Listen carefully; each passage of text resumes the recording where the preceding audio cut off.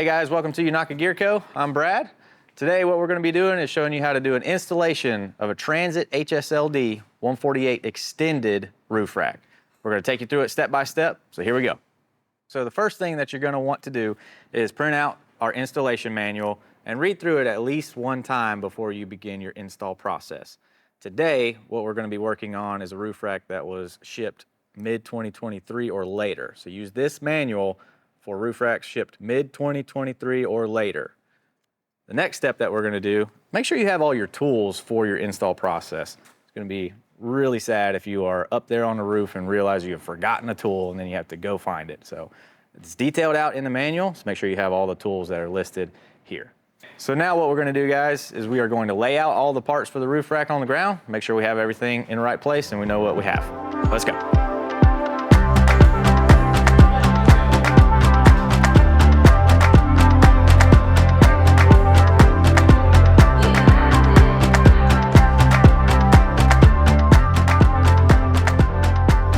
So now that we know we have all of our pieces and we know where they're going to be, next step is to join your side plates together. So we're going to follow our instructions here and we're going to join those side plates.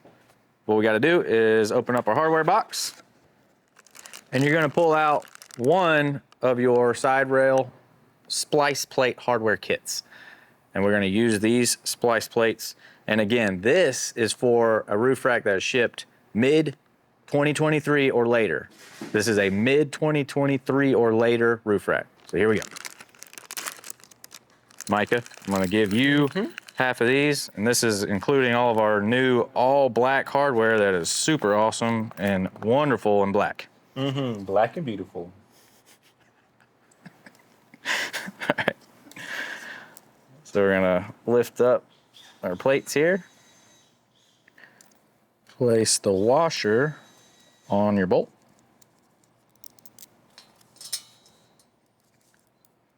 The splice plate goes on the back side.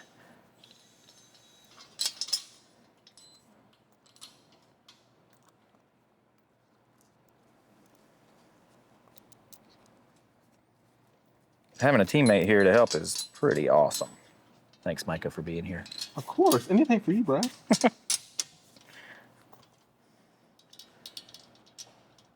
Place an additional washer on the back side if you would like. The splice plate itself can act as a washer. And then you're going to take your nylock nut to close it out. We're going to get these finger tight. And after that, we're going to go back and snug them up.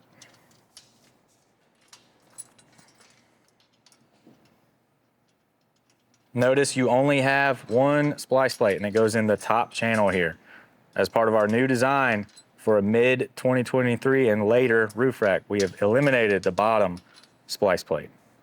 So we're gonna go back and we're gonna snug these up now.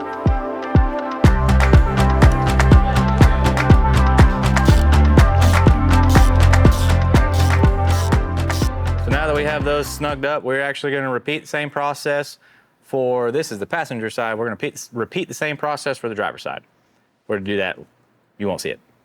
Next step, guys, we're gonna attach the 80-20 style bars to the side plates. Just to take note here, the longer bar is the rear. So you're gonna put this one towards the end that's got the chamfer down there. The shorter bar goes to the front. And the front, you know, is indicated by our logo. Micah is going to put 4 T-nuts in the front 80-20 bar. I'm gonna put 9 T-nuts in the rear 80-20 bar. You're gonna notice when we hold this up, we've made it super easy. You don't have to measure anything. You've got predetermined bolt holes. So that is where you're gonna put all these bolts. Grab your 148 extended side rail hardware kit. You're only gonna need one for this side. There's another kit for the driver's side. This is what we're pulling from.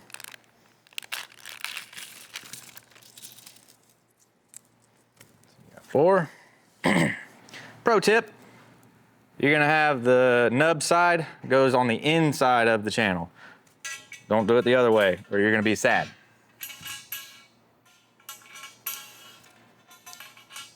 I like to use an Allen wrench to get the T-nuts lined up where they need to be.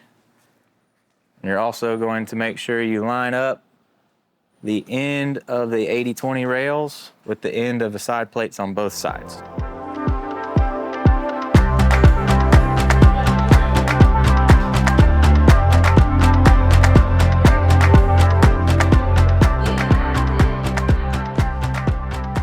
thing to take note, on these roof racks that are shipped mid-2023 or later, the bolts actually have pre-applied Loctite.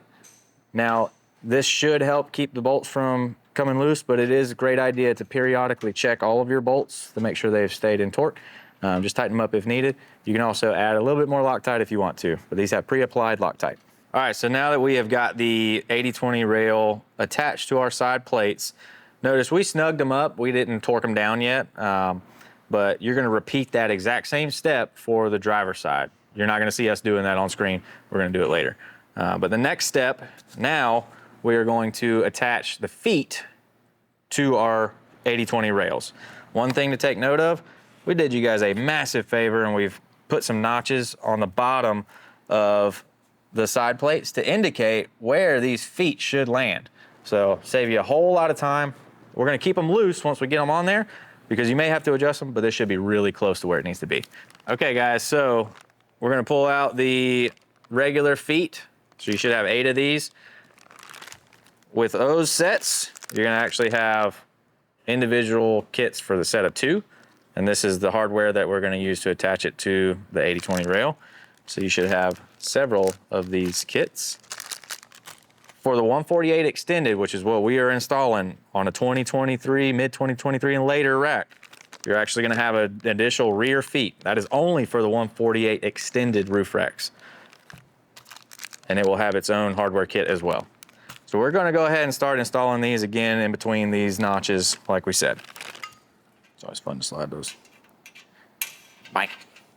So we have put the T-nuts in the 80/20 channel now. So at this point, we're gonna take the corresponding foot and we're gonna use the 80/20 bolts with the pre-applied Loctite. And we're just gonna get them snugged up like before.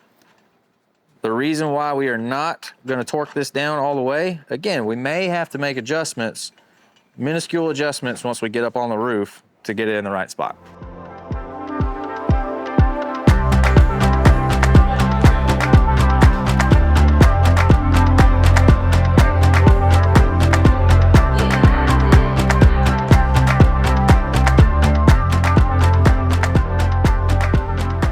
Okay, so one thing to make note of, be sure to insert all of the necessary T-nuts in this step because you don't want to have some feet installed and then be missing the T-nuts. You have to slide them in.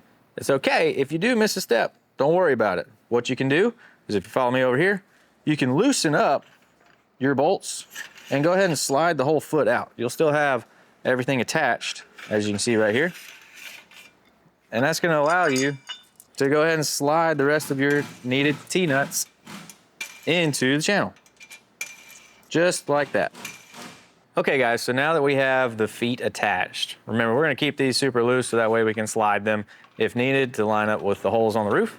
If you have questions about what notches to use on this roof rack that is a mid-2023 or later style, just refer back to the manual. We do have some measurements listed out there and I can tell you which set of notches to use.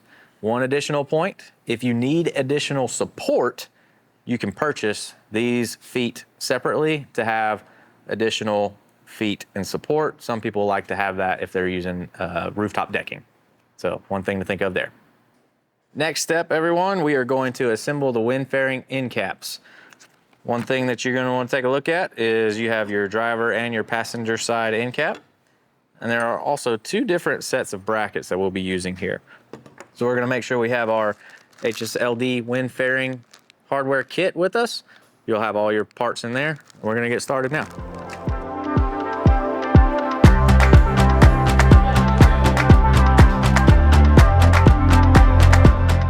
Now that we have our end caps assembled, we're gonna actually attach these directly to the wind fairing itself. We're gonna use the same method. We'll put all the bolts in and then we'll tighten up the nylock nuts on the back side. Here we go.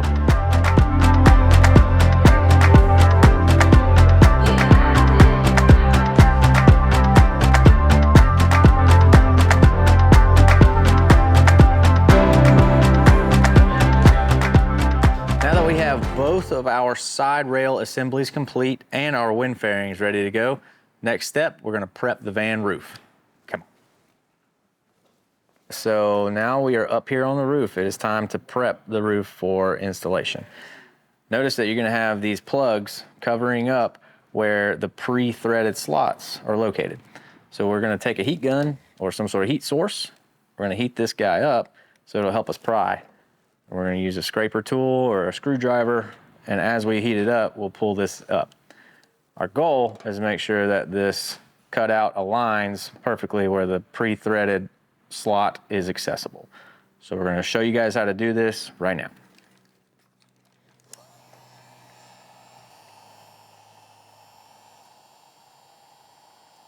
And there we go. Now, if you get a look right over the top here, what we want is for the hole to be aligned where the bolt will go straight in. This one looks like it might be kind of tight. So in the event that you've run into one like this, we will take our shears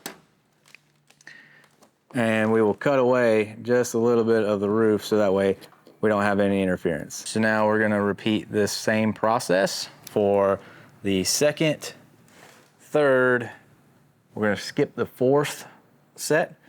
We're gonna do the fifth and then the very rear to remove these plugs. Do not do the fourth slot. Don't do the fourth slot. No, no, no.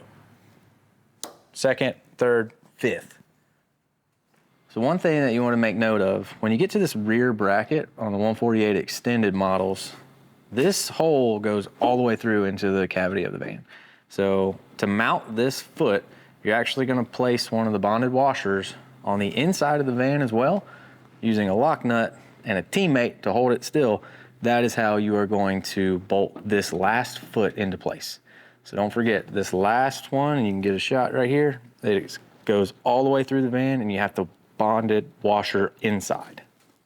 Okay, so now that we have all the holes prepped, we've cleared them out, we've snipped anything away that we needed to, we are ready.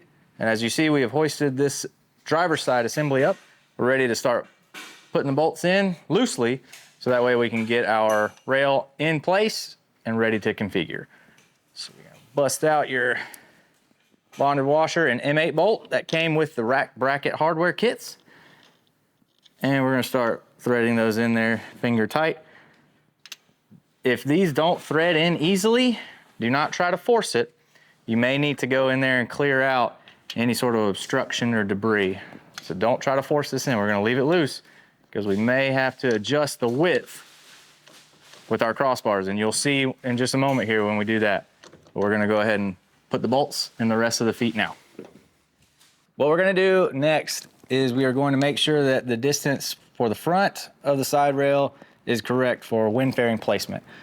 Our original measurement that we recommend is 11.5 inches from the front of this foot lip to the end of the 80/20.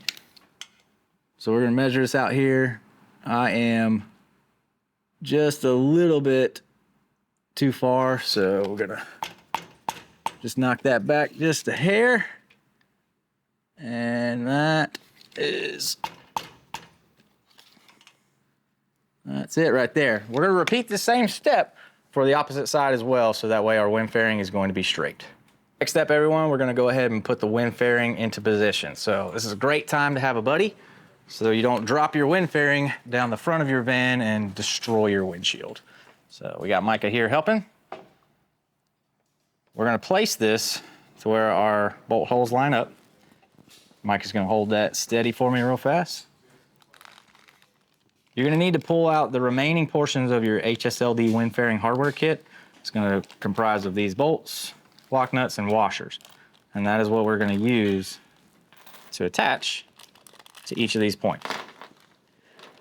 One thing to remember, these holes are slotted somewhat to allow positioning of the wind fairing. As you can see here, you can tilt it as needed, so that way you get the best seal on the roof. So you may have to tilt it down, you may have to position up, just depending on where you have everything set. So we're gonna apply these bolts now.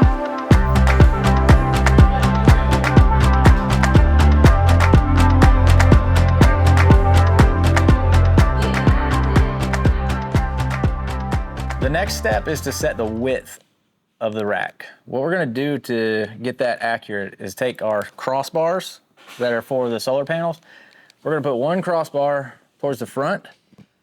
We're gonna put another towards the middle, and then at the very minimum, we'll put one towards the back. And that's gonna help us make sure that we get squared up with our rack distance between the middle.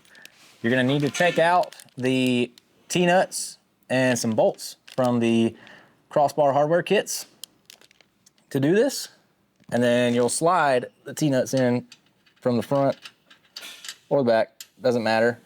But that's gonna allow us to get in position. Now I'm going to hand this crossbar over to Micah. He's gonna do the same on his side. So we're gonna have this first one pretty close to the front.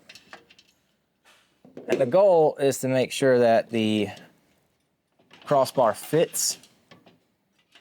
And it's gonna be just barely up against the side plates here. So from my estimation on this one, it looks pretty good. What's it look on your eye? Good? All right. So now we're gonna go ahead and finger tighten one of the bolts here.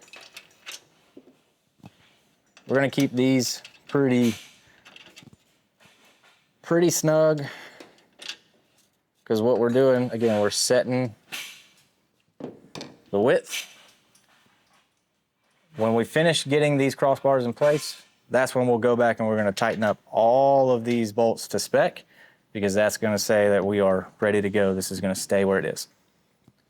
Final step that we're gonna take here is we're gonna install the 80/20 style rear crossbar.